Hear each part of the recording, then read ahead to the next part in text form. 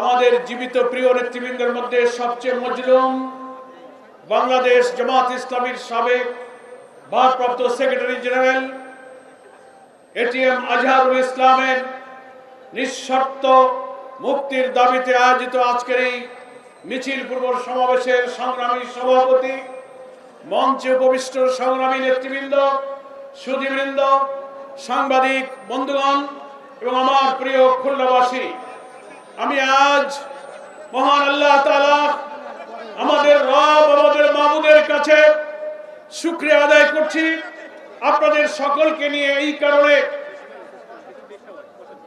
অত্যাচারী ফ্যাসিস্ট সমস্ত খুন, গুম, ট্রান্সফার, রিমান্ড, আয়নাঘর এবং নির্যাতনের নিষ্ঠুরতার মাস্টারমাইন্ড শেখ হাসিনার 17 বছরের কালো যুগ পার হয়ে খুলনার ঐতিহাসিক হাদিস পার্কে আজ আমরা জনসভায় মিলিত হতে পেরেছি। অত্যাচারী শাসকের জগদ্দল পাথর আমাদের বুকের পর থেকে আল্লাহ পাক সরিয়ে দিয়ে মুক্ত নতুন স্বাধীন বাংলাদেশে আমরা আজকে স্বস্তির নিঃশ্বাস ফেলছি। সেজন্য আল্লাহর দরবারে আসুন সবাই শুকরিয়া আদায় করি, আলহামদুলিল্লাহ। প্রিয় ভাইরা, আপনাদের মনে থাকার কথা, আমি আজ এখানে যখন দাঁড়িয়েছি আমার মনে পড়ছে 2010 সালের 30 জুন খুলনার ডাক বাংলায় আমি তখন খুলনা মহানগরী জামাতের আমিরের দায়িত্ব ছিল। আমাদের নিরপরাধ নেতৃবৃন্দের গ্রেফতারের প্রতিবাদে মুক্তির দাবিতে এক ঐতিহাসিক মিছিলে আমি সহ আমার নেতৃবৃন্দের উপস্থিতিতে বিশাল সমাবেশ এবং বিক্ষোভ মিছিল ছিল 2010 সালের 30 জুন। সেই মিছিলে সেই ফ্যাসিবাদী সরকারের হামলা হয়েছিল, নির্যাতন হয়েছিল এবং আমাদের মিছিলে হামলা করে আমি সহ প্রায় 30 জন নেতা কর্মীকে গ্রেফতার করা হয়েছিল। আপনাদের কি মনে আছে?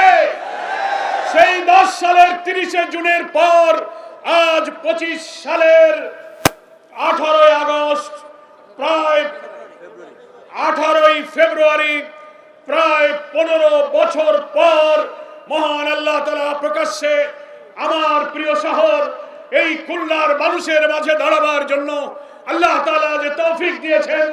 কারাগারে দীর্ঘ সময় যখন আমরা কাটিয়েছি, খুলনার অনেক নেতৃবৃন্দ কারাগারে কাটিয়েছেন, আমরা বুঝতে পারছিলাম না অত্যাচারী ফ্যাসিস্ট হাসিনা বেঁচে থাকতে এই কারাগার থেকে আমরা মুক্ত হতে পারবো, আমরা কোনোদিন কল্পনা করিনি।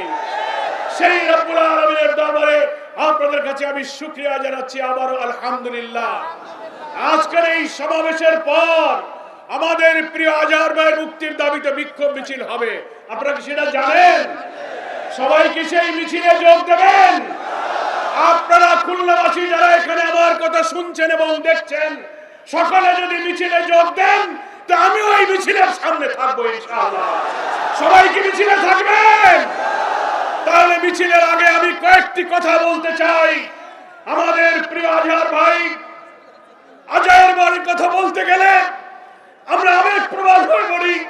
তিনি আমাদের খুব প্রিয় নেতা ছিলেন, আমাদের শীর্ষ প্রিয় নেতাদের মধ্যে সবচেয়ে তিনি জীবিত একজন মজলুম নেতা। তিনি কারাগারে ফাঁসির দণ্ড নিয়ে, মৃত্যুদণ্ড নিয়ে ফাঁসির ছেলে একটা ছোট্ট কবরের মতো জায়গায় একটা মানুষ শুইতে পারে না, 14টি বছর তাকে আটকে রাখা হয়েছে। আমরা আজকের এই সমাবেশ থেকে অন্তর্বর্তীকালীন সরকারের প্রধান উপদেষ্টা ডক্টর প্রফেসর ইউনূস, আইন উপদেষ্টা আসিফ নজরুল, স্বরাষ্ট্র উপদেষ্টা lieutenant colonel Jahangir, lieutenant general জাহাঙ্গীরের কাছে আবেদন জানাবো 5 তারিখে নতুন বাংলাদেশের পর ওই ফ্যাসিবাদী 17 বছরের যুগে আদালতের যত অবিচার হয়েছে, জুলুম হয়েছে, মিথ্যা মামলা, মিথ্যা সাজা, প্রায় সকলেই মুক্তি পেয়েছে। 5 আগস্টের পর মৃত্যুদণ্ড প্রাপ্ত অনেকে মুক্তি পেয়েছে, যাবজ্জীবন প্রাপ্ত আসামিরা মুক্তি পেয়েছে।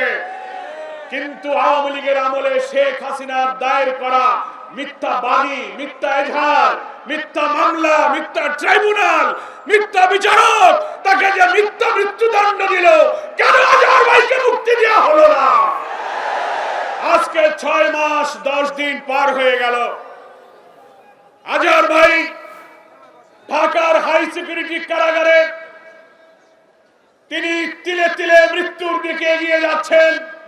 আমার দীর্ঘ কারা জীবনে প্রায় 1 বছরের বেশি সময় আমি আজহার ভাইয়ের পাশে ছিলাম। আমি আজহার ভাইকে মাঝে মাঝে বলতাম, মৃত্যুদণ্ডপ্রাপ্ত একজন ব্যক্তির মনে মৃত্যুর ভয়, তার অনেক পেরেশানি, টেনশন হতে পারে। সান্ত্বনা দিতাম, আজহার ভাই আপনি টেনশন করবেন না, দেশ এবং দুনিয়ার মানুষ আপনার জন্য দোয়া করছে। প্রিয় খুলনাবাসী, শুনে রাখুন, আজহার ভাই আমাকে জবাব দিয়েছিলেন, পরোয়ার ভাই আমি জানি সুপ্রিম কোর্টে ফাঁসির দণ্ড বহাল অবস্থায় একজন মানুষের জীবন কেমন হতে পারে, কিন্তু মনে রাখবেন আমার মৃত্যুদণ্ডের রায়ের পর থেকে একটা মুহূর্ত আমি কখনো মৃত্যুদণ্ডকে পরোয়া করিনি, আমি মৃত্যুকে ভয় করি না। তিনি বলেছেন, মহান আল্লাহ যদি আমার ভাগ্যে শাহাদাত নসিব করে থাকেন, আমি সন্তুষ্ট চিত্তে আমার রবের কাছে চলে যাব। আমি বিশ্বাস করি আমার জীবনে কোনো পিছুটান নেই, আমার পরিবার, আমার সন্তানকে আমি আল্লাহর দ্বীনের পথে গঠন করেছি, দুনিয়ায় আমার কোনো দায় নেই। আমার মন বলে আল্লাহ যদি আমার শাহাদাত নসিব করে, নিশ্চয়ই ইনশাআল্লাহ আমি জান্নাতুল ফেরদৌসে আপনাদের সঙ্গে দেখা করব। আপনি দেশবাসীকে আমার সালাম জানাবেন, আমাদের জন্য দোয়া করতে বলবেন। আমার প্রিয় আজহার ভাইকে আমি দেখেছি এই 14 বছরের ডায়াবেটিস, ব্লাড প্রেসার, কঠিন কঠিন রোগে আক্রান্ত হয়ে শরীরটা জীর্ণ শীর্ণ হয়ে গেছে। তিনি ঢাকা মহানগরী আমির ছিলেন, বলিষ্ঠ বিপ্লবী বজ্র কণ্ঠস্বর, স্বৈরাচারী ফ্যাসিবাদীদের আন্দোলনে নেতৃত্ব দিয়ে রাজধানী ঢাকা সহ সারা বাংলাদেশের কোটি কোটি মানুষকে উত্তাল আন্দোলনে তিনি উদ্বুদ্ধ করেছিলেন। সেই আজহার ভাই এখন হাঁটতে গেলে তার শরীর কাঁপতে থাকে, দেখলে মায়া লাগে। আজকে ফ্যাসিবাদের মন্ত্রী, মিনিস্টার, এমপিরা গ্রেফতার হয়ে কোর্টে যায় আর আসে, ছবিতে দেখি হাসতে হাসতে তারা কোর্ট আর আঙ্গিনা থেকে বের হচ্ছে, কি বলেন ঠিক কিনা? কিন্তু এত বড় প্রিয় নেতা আজহার ভাইকে ডান্ডাবেড়ি পরানো হয়েছে, হাত কড়া পরানো, কাঠ গড়ায় তাকে উঠানো হয়েছে। তাকে যখন 2011 সালের 19 সেপ্টেম্বর তিনি রাত্রে অফিস থেকে ঢাকায় বাসায় যাচ্ছিলেন, সেই পথের থেকে তখন গ্রেফতার করা হলো। 2011 সালের 19 সেপ্টেম্বর গ্রেফতার করে প্রায় 11 মাস তাকে আটকে রাখা হলো কারাগারে। অনেক বন্দীর কাছে আমি শুনেছি আজহার ভাইয়ের উপরে এত নিষ্ঠুর নির্যাতন করা হয়েছে, রিমান্ডে শারীরিক নির্যাতন করা হয়েছে, সে কথা ভাষায় বর্ণনা করা যায় না। প্রায় 1 বছর কারাগারে তিনি তিলে তিলে নিষ্ঠুর ভাবে শারীরিক নির্যাতনের শিকার হয়ে 2012 সালের 16 আগস্ট মহামান্য সুপ্রিম কোর্ট তাকে জামিন দিলেন। সেই জামিনে মুক্তি পেয়ে তিনি বাড়িতে আসবেন মগবাজারের বাসায়। আমিও তখন খুলনার কারাগার থেকে কেবল বেরিয়েছি, সন্ধ্যায় শুনতে পেলাম জেলখানা থেকে আজহার ভাই বেরিয়েছেন, কিন্তু জেল গেট থেকে শত শত পুলিশ গোয়েন্দা গাড়ি তার সঙ্গে পাহারা দিয়ে মগবাজারের বাসায় আমার আজহার ভাইকে নিয়ে আসছে। একটা লোক জামিন পেল, কিন্তু জেল গেট থেকে পুলিশ পাহারায় গাড়ি আর র্যাব দিয়ে তার বাসা মগবাজারে ঘেরাও করে রাখা হলো। 7 দিন, সামনে ঈদ ছিল, তাকে ঈদের আনন্দ, সন্তান বাচ্চাদেরকে তাদের কাছে আসতে দেয়া হয়নি। লন্ডনে তার এক ছেলে লেখাপড়া করে, সে যখন আসলো তার আব্বা এবং পরিবারের সঙ্গে দেখা করতে, সেই ছেলেকেও গ্রেফতার করে 8 মাস কারারুদ্ধ করে রাখা হয়েছিল। 7 দিন তার সমস্ত মগবাজার বাড়ি ঘেরাও করে সিসিটিভি ক্যামেরা, পুলিশ, র্যাব দিয়ে আটকে রেখে ওই 7 দিনের মধ্যে তথাকথিত মানবতা বিরোধী অপরাধের নামে মামলা দিয়ে তারপর তাকে ট্রাইব্যুনাল থেকে কারাগারে প্রেরণ করা হয়েছে। এটা কি কোনো সুবিচার হতে পারে? তিনি আদালত থেকে জামিন পেলেন, কোনো মামলা নাই, তুমি বাড়ি পুলিশ দিয়ে আটকে রেখে 7 দিন অপেক্ষা করে মিথ্যা মানবতা বিরোধী অপরাধে তুমি মামলা দিয়ে দিলে। এই অবিচার, এই জুলুমে নির্যাতন, এই নিষ্ঠুরতা, এই অমানবিক নির্যাতনের মূর্ত প্রতীক হচ্ছে আমাদের আজহার ভাই। তিনি আজও জীবিত হয়ে আছেন। মাঝখানে অসুস্থ হয়ে তিনি পিজি হসপিটালে চিকিৎসা নিতে এসেছিলেন, সেখানেও আমি দেখা করেছি। আমার ভাইরা, মনের দিক থেকে, মানের দিক থেকে আজহার ভাই খুব দৃঢ় এবং শক্ত। দেশবাসীকে তিনি সালাম দিয়ে বলেছেন, আমার জন্য আপনারা দুশ্চিন্তা করবেন না, ইসলামী আন্দোলনের কাফেলাকে সামনে এগিয়ে নিয়ে চলুন। আমরা আজহার ভাইকে বলেছি, আপনার মুক্তির জন্য আমরা আন্দোলন চালিয়ে যাব। সেই সময়ে শেখ হাসিনার কথায় আদালত চলত। সুপ্রিম কোর্টের আপিল বিভাগে যে বিচারপতিরা ছিলেন, আপনারা তো দেখেছেন মানবতা বিরোধী অপরাধের নামে যে সমস্ত বিচার করা হয়েছে ট্রাইব্যুনালে, এটা কি কোনো নিরপেক্ষ বিচার হয়েছে? আন্তর্জাতিক সমস্ত মানবাধিকার commission, human rights watch commission, human rights জাতিসংঘের যে কমিশন, দুনিয়ার সব মানবাধিকার কমিশনগুলো বলেছে বাংলাদেশে মানবতা বিরোধী অপরাধের নামে যে বিচার হচ্ছে, এ বিচার আন্তর্জাতিক মানে উন্নীত নয়। এটা রাজনৈতিক উদ্দেশ্যে রাজনৈতিক প্রতিপক্ষকে হত্যা করার জন্য আধিপত্যবাদী ভারতের ইঙ্গিতে এদেরকে গ্রেফতার করা হয়েছে।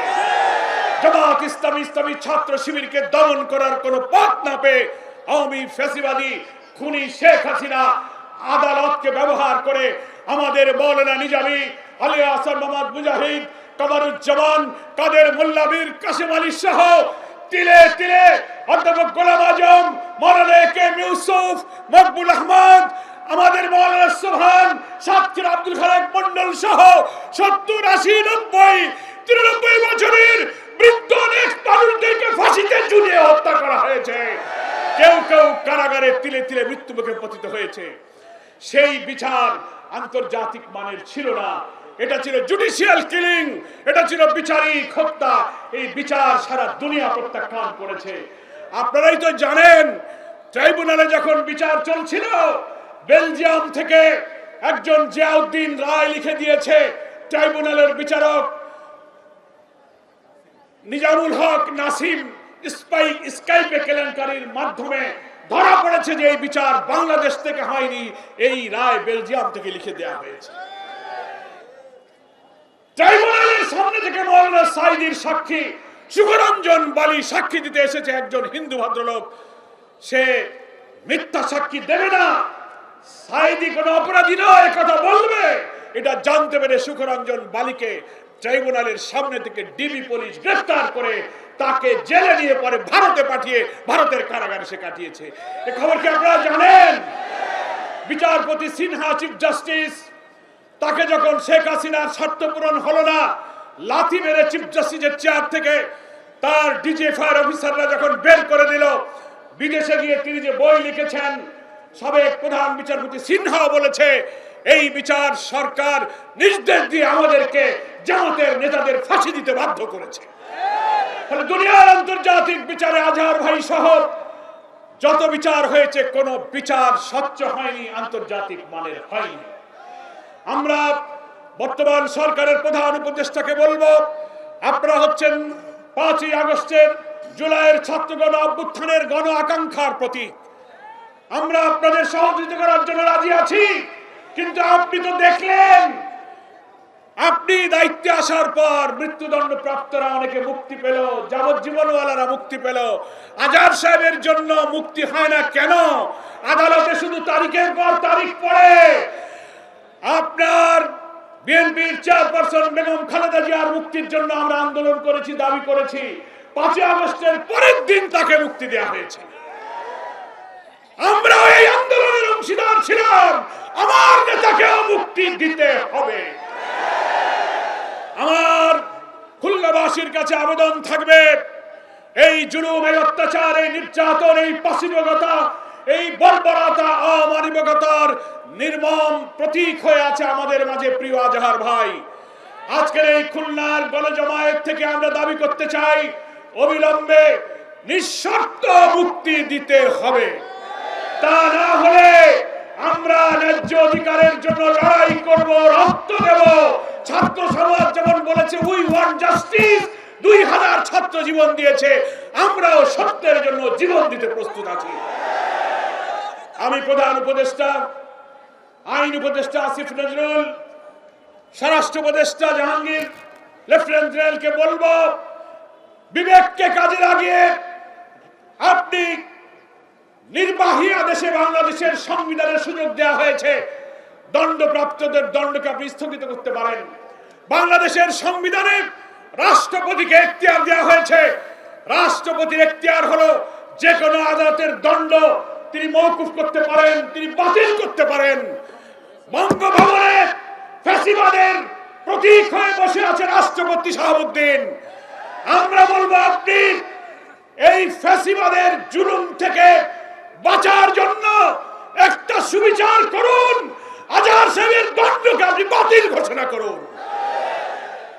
নির্বাহী আদেশে অন্তর্বর্তীকালীন সরকারকে দণ্ড স্থগিত করে, দণ্ড বাতিল করে নিঃশর্ত মুক্তির দাবি জানিয়ে খুলনাবাসীকে আজকে ঐতিহ্যবাহী শহীদ আদিস পার্ক বহু আন্দোলনের সূতিকাগার এখানে যে সমবেত হয়েছেন মজলুম জননেতা আজহার ভাইয়ের মুক্তির দাবিতে, আপনারা আসুন আমরা একসঙ্গে বজ্র মুষ্টি বাহুতে উচ্চ কণ্ঠে আকাশ বাতাস কাঁপিয়ে আজহার ভাইয়ের মুক্তির দাবিতে মিছিলে বেরিয়ে পড়ি।